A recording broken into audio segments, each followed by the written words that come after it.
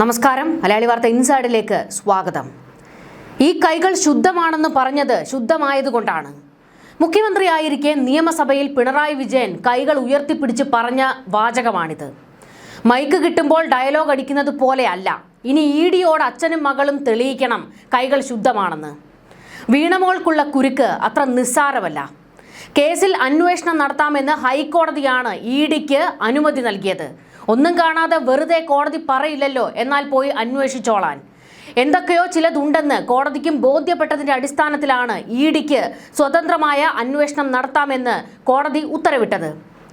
വീണയ്ക്ക് അക്ഷരാർത്ഥത്തിൽ പണിവെച്ചത് enforcement directorate അല്ല, അതിനും മുന്നേ കേന്ദ്ര ഏജൻസികൾക്ക് റൂട്ട് ഒരുക്കിക്കൊടുത്ത SFIO ആണ്. വീണ ബംഗളൂരുവിൽ പൂട്ടിട്ട കമ്പനി എക്സാലോജിക്കിന്റെ അടിത്തറ വരെ മാന്തിയാണ് സീരിയസ് ഫ്രോഡ് ഇൻവെസ്റ്റിഗേഷൻ ഓഫീസ് വിവരം ശേഖരിച്ചത്. SFIO കണ്ടെത്തിയ തെളിവുകളാണ് ഇഡിക്കും CBIക്കും കരുത്ത്. വീണ കോടതിയിൽ വെട്ടി വിയർക്കുമെന്ന് സാരം. പിണറായി വിജയനും മകളും അഴിമതി നടത്തുന്നതിന് വേണ്ടിയാണോ എക്സാലോജിക് എന്ന കമ്പനി തട്ടിക്കൂട്ടിയത് എന്നുള്ള സംശയം വരെ ബലപ്പെടുന്നുണ്ട്.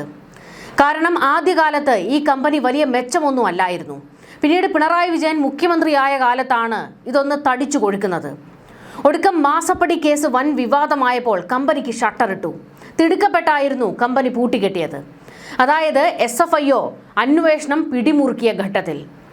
കുടുംബത്തോട്ടും പാർട്ടി ആഫീസിലോട്ടും ED സംഘം ഇരച്ചെത്തുന്നതിന് എല്ലാ വകയും ഉണ്ടാക്കി വെച്ചിട്ടുണ്ട് പിണറായി. മകൾ കമ്പനി തുടങ്ങിയത് കമലയുടെ പെൻഷൻ കാശിനാണെന്ന് പിണറായി മുൻപ് നിയമസഭയിൽ തന്നെയാണ് പറഞ്ഞത്. ഇത്രയും പെൻഷന്റെ ഉറവിടം ED അന്വേഷിക്കും. കമല വിജയനെ ചോദ്യം ചെയ്യേണ്ടി വരും. എക്സാലോജിക്കിന്റെ അഡ്രസ്സ് AKG സെന്ററിൻ്റെതാണ്. പാർട്ടി ആഫീസിലും കയറി ഇറങ്ങും എൻഫോഴ്സ്മെന്റ് ഡയറക്ടറേറ്റ്.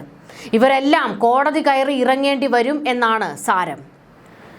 നമുക്കിനി SFIOയുടെ അന്നത്തെ അന്വേഷണത്തിലേക്ക് കൂടി ഒന്ന് കടക്കണം. അതിൻ്റെ വിശദാംശങ്ങൾ കൂടി പരിശോധിക്കുമ്പോൾ വീണ വിജയന് ഈ അഴിമതിയിൽ എന്തെങ്കിലും കൈയുണ്ടോ എന്നുള്ളതിൻ്റെ ഒരു ഏകദേശ ചിത്രം മനസ്സിലാകും. 2016 മുതൽ 2021 വരെയുള്ള കാലയളവിൽ ഒരു തരത്തിലുമുള്ള IT സേവനങ്ങളും നൽകാതെ വീണയും അവരുടെ ഉടമസ്ഥതയിലുള്ള എക്സാലോജിക് സൊല്യൂഷൻസ് പ്രൈവറ്റ് ലിമിറ്റഡ് എന്ന കമ്പനിയും കൂടി കരിമണൽ കമ്പനിയായ CMRLൽ നിന്ന് 2.78 കോടി രൂപ കൈപ്പറ്റിയെന്നാണ് SFIO റിപ്പോർട്ടിൽ വ്യക്തമാക്കുന്നത്. ഇതിൽ 2.07 കോടി രൂപ വീണയ്ക്ക് നേരിട്ടും 71 ലക്ഷം രൂപ എക്സാലോജിക് കമ്പനിയുടെ അക്കൗണ്ടിലേക്കുമാണ് CMRL നൽകിയിരിക്കുന്നത്. രണ്ട് കമ്പനികൾ തമ്മിലാണ് ഇടപാടെങ്കിൽ ആ കമ്പനിയുടെ അക്കൗണ്ടിലേക്കല്ലേ പണം അയക്കേണ്ടത്. എന്നാൽ ഇവിടെ ഏറ്റവും കൂടുതൽ പണം അയച്ചിരിക്കുന്നത് വീണയുടെ അക്കൗണ്ടിലേക്കാണ്. 2024 നവംബറിൽ SFIO തയ്യാറാക്കിയ ഈ റിപ്പോർട്ടിന്റെ അടിസ്ഥാനത്തിലാണ് നിലവിൽ എൻഫോഴ്സ്മെന്റ് ഡയറക്ടറേറ്റ് കള്ളപ്പണം വെളുപ്പിക്കൽ തടയൽ നിയമപ്രകാരം കേസിൽ ശക്തമായ അന്വേഷണവും റെയ്ഡും തുടരുന്നത്. 1 ലക്ഷം രൂപ മൂലധനവുമായി 2014-15 ആരംഭിച്ച എക്സാലോജിക് കമ്പനി 2021-22 ആയപ്പോഴേക്കും കടുത്ത സാമ്പത്തിക നഷ്ടത്തിലായിരുന്നു. സ്കൂളുകൾക്കും കോളേജുകൾക്കുമായുള്ള ഇൻമെഗ് എന്ന സോഫ്റ്റ്വെയർ ആയിരുന്നു കമ്പനിയുടെ പ്രധാന ഉൽപ്പന്നമെങ്കിലും 2017-19 കാലയളവിൽ കമ്പനിയുടെ പ്രധാന വരുമാന സ്രോതസ് സർക്കാർ ഉടമസ്ഥതയിലുള്ള KSIDCക്ക് 13.41% ഓഹരിയുള്ള CMRL മാത്രമായിരുന്നു. പിണറായി വിജയൻ മുഖ്യമന്ത്രിയായി അധികാരമേറ്റതിന് പിന്നാലെ 2017 ജനുവരി 1 മുതൽ വീണയെ പ്രതിമാസം 5 ലക്ഷം രൂപ പ്രതിഫലത്തിൽ CMRLന്റെ IT കൺസൾട്ടന്റായി നിയമിച്ചു. ഇതിനു പുറമെ പ്രതിമാസം 3 ലക്ഷം രൂപ വീതം നൽകുന്ന സർവീസ് ലെവൽ കരാർ എക്സാലോജിക്കുമായി ഒപ്പിടുകയും ചെയ്തു. അതായത് മാസത്തിൽ 8 ലക്ഷം രൂപ വീതം, വർഷത്തിൽ 96 ലക്ഷം രൂപയാണ് കരിമണൽ കമ്പനിയിൽ നിന്ന് വീണ കൈപ്പറ്റിയത്. CMRLന് പുറമെ മറ്റ് 12 സ്ഥാപനങ്ങളിൽ നിന്നായി 2.1 കോടി രൂപ കൂടി എക്സാലോജിക്കിന് ലഭിച്ചതായും റിപ്പോർട്ടിലുണ്ട്. CMRL MD ശശിധരൻ കർത്തയുടെ എംപവർ ഇന്ത്യ ക്യാപിറ്റൽ ഇൻവെസ്റ്റ്മെന്റ് എന്ന കമ്പനി എക്സാലോജിക്കിന് 50 ലക്ഷം രൂപ വായ്പ നൽകിയിരുന്നതിൽ വെറും 4 ലക്ഷം രൂപ മാത്രമാണ് വീണ തിരിച്ചടച്ചത്. ബാക്കി തുക CMRLൽ നിന്ന് IT സേവനങ്ങളുടെ പേരിൽ വാങ്ങിയ പണം ഉപയോഗിച്ച് പിന്നീട് വായ്പയിലേക്ക് വകയിരുത്തുകയായിരുന്നു. എന്നാൽ എക്സാലോജിക്ക് CMRLന് ഒരു തരത്തിലുമുള്ള സേവനവും നൽകിയിട്ടില്ല എന്നാണ് അന്വേഷണത്തിൽ വ്യക്തമായിരിക്കുന്നത്. അതായത് ഒരു കമ്പനി മറ്റൊരു കമ്പനിക്ക് സേവനം നൽകി അതിനുള്ള പണമായിട്ടാണല്ലോ ഈ പണം ഒഴുകിയത്. പക്ഷേ ഒരു സേവനവും നൽകിയിട്ടില്ല എന്ന് അന്വേഷണത്തിൽ തെളിഞ്ഞിട്ടുണ്ട്.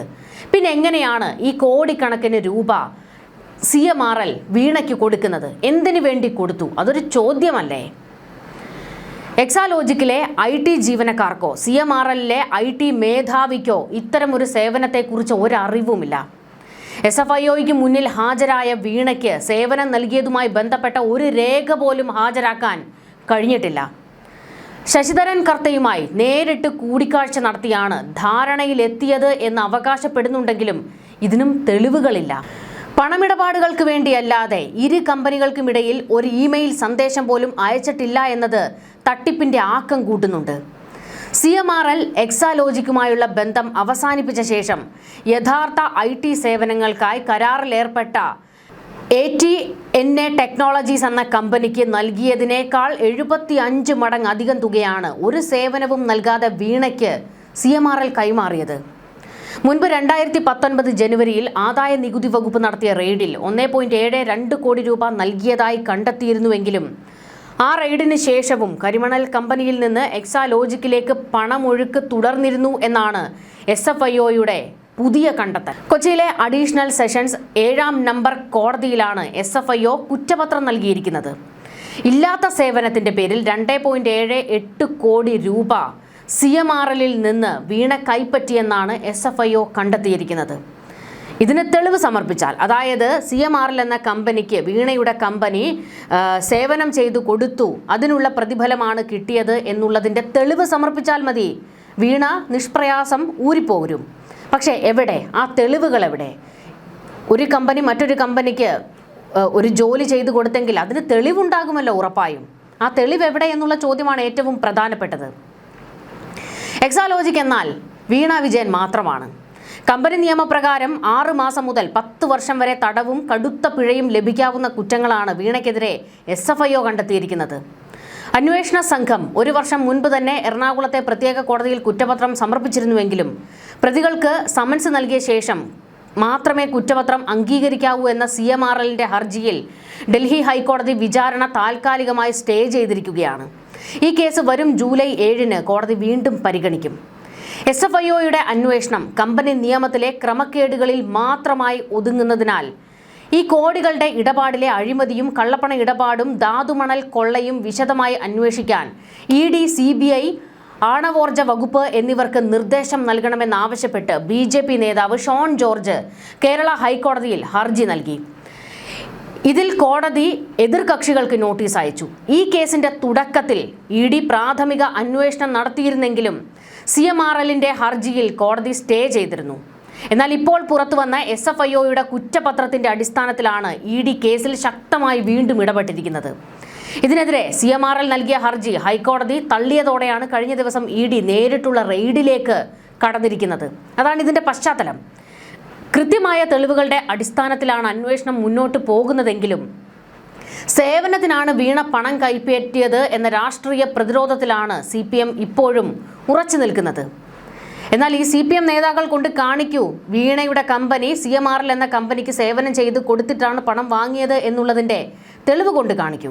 സാമ്പത്തിക തട്ടിപ്പ് സുഗമമാക്കുന്നതിനായി CMRL മാനേജിംഗ് ഡയറക്ടർ ശശിധരൻ കർത്തയും കമ്പനിയിലെ ഉന്നത ഉദ്യോഗസ്ഥരും സ്റ്റാറ്റ്യൂട്ടറി ഓഡിറ്റർമാരും ചേർന്ന് കൃത്യമായ ആസൂത്രണത്തോടെ വിപുലമായ ശൃംഖല സൃഷ്ടിച്ചതായി SFIO കണ്ടെത്തിയിരുന്നു. 2009-2010 സാമ്പത്തിക വർഷം മുതൽ 2023-24 വരെയുള്ള കാലയളവിൽ സ്ലഡ്ജ് ഹാൻഡ്ലിംഗ് ചാർജുകളുടെയും ഗതാഗത ചെലവുകളുടെയും മറവിൽ ആകെ 182 കോടി രൂപയുടെ വഞ്ചനാപരമായ പണമൊഴുക്കാണ് ഈ സംഘം നടത്തിയത്. ഈ കള്ളപ്പണ ഇടപാടുകളുടെ പശ്ചാത്തലത്തിലാണ് എൻഫോഴ്സ്മെന്റ് ഡയറക്ടറേറ്റ് ഇപ്പോൾ കടുത്ത നടപടികളിലേക്കും കടന്നിരിക്കുന്നത്. CMRLലെ ചീഫ് ഫിനാൻഷ്യൽ ഓഫീസറായ K. സുരേഷ് കുമാർ സാമ്പത്തിക പ്രസ്താവനകളിലെ തെറ്റുകൾ പൂർണ്ണമായി അറിഞ്ഞുകൊണ്ട് തന്നെ അതിൽ ഒപ്പുവെക്കുകയും MDയുടെ നിർദ്ദേശപ്രകാരം 182 കോടി രൂപയുടെ വ്യാജ പണമൊഴുക്കിന് മേൽനോട്ടം വഹിക്കുകയും ചെയ്തു. MDയുടെയോ CFOയുടെയോ നിർദ്ദേശപ്രകാരം വിതരണം ചെയ്തിരുന്ന ഈ തുകകൾ പിന്നീട് ലൂസ് ഷീറ്റുകളിൽ രേഖപ്പെടുത്തുകയായിരുന്നു. കാഷ്യർ വാസുദേവൻ തയ്യാറാക്കിയ ഈ രേഖകൾ സുരേഷ് കുമാറാണ് സൂക്ഷിച്ചിരുന്നത്. 2019 ജനുവരി 25-ന് CMRLൽ നടന്ന പരിശോധനയ്ക്കിടെ ആദായ നികുതി വകുപ്പ് CFOയുടെ വസതിയിൽ നിന്ന് ഈ ലൂസ് ഷീറ്റുകൾ കണ്ടെത്തുകയും ഇത് സംബന്ധിച്ച വിവരങ്ങൾ 2024 ഏപ്രിൽ 8-ന് SFIOയ്ക്ക് കൈമാറുകയും ചെയ്തിരുന്നു. കമ്പനിയിൽ സുരേഷ് കുമാർ KS എന്ന പേരിൽ 2006-7 മുതൽ സൂക്ഷിച്ചിരുന്ന പ്രത്യേക ലെഡ്ജർ വഴി ICD, വാഹിനി, ആഡ്കോ തുടങ്ങിയ സ്രോതസ്സുകളിൽ നിന്നുള്ള വഞ്ചനാപരമായ പണവരവ് ഇവർ നിരീക്ഷിച്ചിരുന്നു. കമ്പനീസ് ആക്ട് 2013 സെഷൻ 134 പ്രകാരമുള്ള നിയമപരമായ ബാധ്യതകൾ ലംഘിച്ചാണ് CFO ഈ ക്രമക്കേടുകൾക്ക് കൂട്ടുനിന്നത്. കമ്പനി സെക്രട്ടറിയും ചീഫ് ജനറൽ മാനേജർ ഫിനാൻസുമായ BP സുരേഷ് കുമാർ തന്റെ ഇരട്ട പദവികൾ ദുരുപയോഗം ചെയ്ത് കോർപ്പറേറ്റ് ഫണ്ടുകൾ തിരിച്ചുവിടാൻ വഴിയൊരുക്കി. പണം വിതരണം ചെയ്തതിനു ശേഷം ഈ പേയ്മെന്റുകൾ അക്കൗണ്ടുകളിൽ സിഡ്ജ് ഹാൻഡലിംഗ് ചാർജുകൾ അല്ലെങ്കിൽ ഗതാഗത ചെലവുകളായി രേഖപ്പെടുത്താൻ ഇദ്ദേഹം കാഷ്യർക്ക് നിർദ്ദേശം നൽകി. സ്റ്റാറ്റ്യൂട്ടറി ഓഡിറ്റ് സമയത്ത് ഈ തട്ടിപ്പ് കണ്ടെത്തുന്നത് ഒഴിവാക്കാനായി വലിയ വ്യാജ ചെലവുകൾ 20,000 രൂപയിൽ താഴെയുള്ള ചെറിയ പേയ്മെന്റുകളായി വിഭജിച്ചു. 20,000 രൂപയിൽ താഴെയുള്ള ചെറിയ പേയ്മെന്റുകൾ ഓഡിറ്റ് ചെയ്യുന്നത് ഒഴിവാക്കുക എന്ന തന്ത്രമാണ് ഇവർ സ്വീകരിച്ചത്. കമ്പനിയുടെ ഹോൾ ടൈം ഡയറക്ടറായ ശരൺ S. കർത്ത തന്റെ പിതാവും MD-യുമായ ശശിധരൻ കർത്തയോടൊപ്പം ചേർന്ന് കമ്പനി വിഭവങ്ങൾ സ്വന്തം ആവശ്യത്തിനായി ദുരുപയോഗം ചെയ്തു. 2015-16 മുതൽ 2022-23 വരെ ഓഹരി ഉടമകൾക്ക് ഡിവിഡൻഡ് ഒന്നും നൽകാതിരുന്നിട്ടും ശരണിന് 11.90 കോടി രൂപ പ്രതിഫലമായി ലഭിച്ചു. ബാങ്ക് അക്കൗണ്ടുകളുടെ അംഗീകൃത ഒപ്പുകാരനായ ശരൺ ബിസിനസ് ആവശ്യങ്ങൾക്കെന്ന വ്യാജേന വലിയ തുകകൾ പണമായി പിൻവലിക്കാൻ അനുമതി നൽകി. വാഹിനി ട്രാൻസ്പോർട്ട് എന്ന ഷെൽ സ്ഥാപനം വഴി CMRL 91 കോടി രൂപ തിരിച്ചുവിട്ട പദ്ധതിയിൽ നിന്ന് ശരൺ നേരിട്ട് ആനുകൂല്യം പറ്റി. ഈ തുക കർത്ത കുടുംബത്തിന്റെ ഉടമസ്ഥതയിലുള്ളതും ശരണിന് 40% ഓഹരിയുള്ളതുമായ Nipuna international private limited, Sasja India private limited എന്നീ കമ്പനികൾക്ക് ഗതാഗത സേവനങ്ങൾ ഉപകരാർ നൽകാനാണ് ഉപയോഗിച്ചത്. ബന്ധപ്പെട്ട കക്ഷികളുടെ വെളിപ്പെടുത്തലുകൾ മറികടന്ന് CMRLന്റെ ഫണ്ടുകൾ കുടുംബ ബിസിനസ്സുകളിലേക്ക് മാറ്റാൻ ഇത് സഹായിച്ചു എന്നീ കാര്യങ്ങളും ചൂണ്ടിക്കാണിക്കുന്നു. ഈ വൻ സാമ്പത്തിക കുറ്റകൃത്യങ്ങൾക്ക് കുടപിടിക്കുന്ന നിലപാടാണ് കമ്പനിയുടെ സ്റ്റാറ്റ്യൂട്ടറി ഓഡിറ്റർമാരായ സുകേഷ് കുമാർ, മുരളി കൃഷ്ണൻ AK എന്നിവർ സ്വീകരിച്ചത്. കമ്പനീസ് ആക്ട് 2013 സെഷൻസ് 143 പ്രകാരമുള്ള തങ്ങളുടെ ഉത്തരവാദിത്തങ്ങൾ അവഗണിച്ച ഇവർ കമ്പനിയുടെ സാമ്പത്തിക കാര്യങ്ങൾ കൃത്യമാണെന്ന് അവകാശപ്പെട്ട് തുടർച്ചയായി മാറ്റങ്ങളില്ലാത്ത അഭിപ്രായമാണ് രേഖപ്പെടുത്തിയത്. പ്രധാന auditing മാനദണ്ഡങ്ങളായ SA 300, SA 315, SA 320, SA 330, SA 500, sludge handling charges, ലെഡ്ജറിലെ പേയ്മെന്റുകൾ, വർഷാവസാനം, ചുണ്ണാമ്പ്, മറ്റ് കെമിക്കൽ, ഓപ്പണിംഗ് സ്റ്റോക്ക് ക്രമീകരണങ്ങൾ, ഇൽമനൈറ്റ്, HCL എന്നിവയുടെ ഗതാഗത ചാർജുകൾ, വിൽപ്പന ചെലവുകൾ എന്നിവയായി തെറ്റായി തരംതിരിച്ച് മുരളീകൃഷ്ണൻ സൂക്ഷ്മമായി ഇത് പരിശോധിച്ചില്ല. ഈ നിർണായക നടപടിക്രമങ്ങൾ അവഗണിച്ചതിലൂടെ വിശ്വസ്തരായ വെണ്ടർമാർ വഴിയുള്ള 182 കോടി രൂപയുടെ വ്യാജ പണച്ചെലവുകളും അമിത ബില്ലിങ്ങും കണ്ടെത്താതെ പോകാൻ ഇവർ പരോക്ഷമായി പിന്തുണ നൽകി. അതായത് വലിയൊരു തട്ടിപ്പ് കൂട്ടമായി ഇവർ പരിണമിച്ചു. ഈ തട്ടിപ്പ് കൂട്ടവുമായിട്ടായിരുന്നു വീണ വിജയനും പങ്കായത്. 1 ലക്ഷം രൂപ മൂലധനത്തിൽ തുടങ്ങിയ വീണയുടെ എക്സാലോജി കമ്പനി കടുത്ത സാമ്പത്തിക നഷ്ടത്തിലായിരുന്ന സമയത്താണ് CMRL അവരുടെ പ്രധാന വരുമാന സ്രോതസ്സായി മാറിയത്.